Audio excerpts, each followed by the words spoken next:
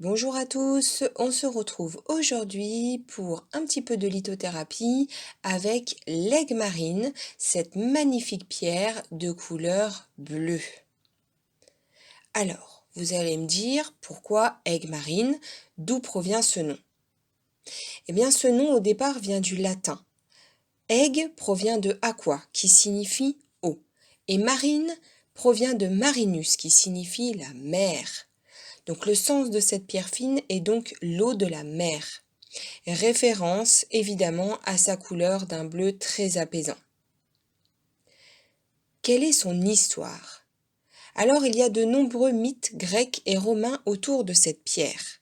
Ils associaient sa couleur au tumulte des vagues et comptaient sur ses pouvoirs lors de leurs voyages maritimes. L'aigue marine les protégeait contre Poséidon, dieu de la mer et des océans. Pour l'écrivain romain Pline l'Ancien, l'aigue marine provenait des trésors enfouis des sirènes. Au Moyen Âge, ce minéral servait pour la confection de boules de cristal pour sa clarté et sa transparence. Mais on accordait aussi à cette pierre des propriétés de clairvoyance qui aidaient les médiums à lire l'avenir. Également portée en collier, l'aigue marine portait bonheur et apportait de la joie dans les couples. En Chine, c'est le symbole de l'amour inconditionnel. L'aigue marine est associée à Kuan Yin, déesse de la compassion, de la pitié et protectrice des enfants. Cette pierre vient aussi aider les malchanceux et les malades. Dans de nombreuses civilisations, l'aigue marine portait des vertus guérisseuses. Sa composition est de l'espèce minérale des silicates. Elle se compose de silice, d'aluminium, de cuivre, de beryllium et de fer. C'est son niveau de fer qui donnerait la profondeur de sa couleur. L'aigue marine peut aller d'un bleu transparent à un bleu vert très profond. On la retrouve sur tous les continents, mais le plus grand producteur de ce minéral est le Brésil. Il existe également des minerais d'aigue marine en France qui se trouvent en Bretagne, en Auvergne et dans le Limousin.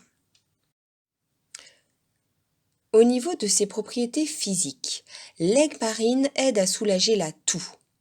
Elle peut également servir à réduire les problèmes respiratoires et à apaiser les cordes vocales.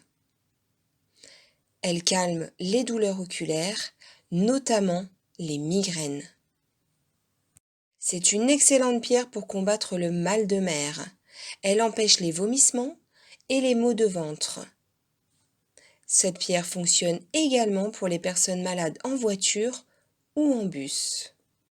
Elle est bénéfique aux reins, à la lymphe, aux fluides corporels et au sang.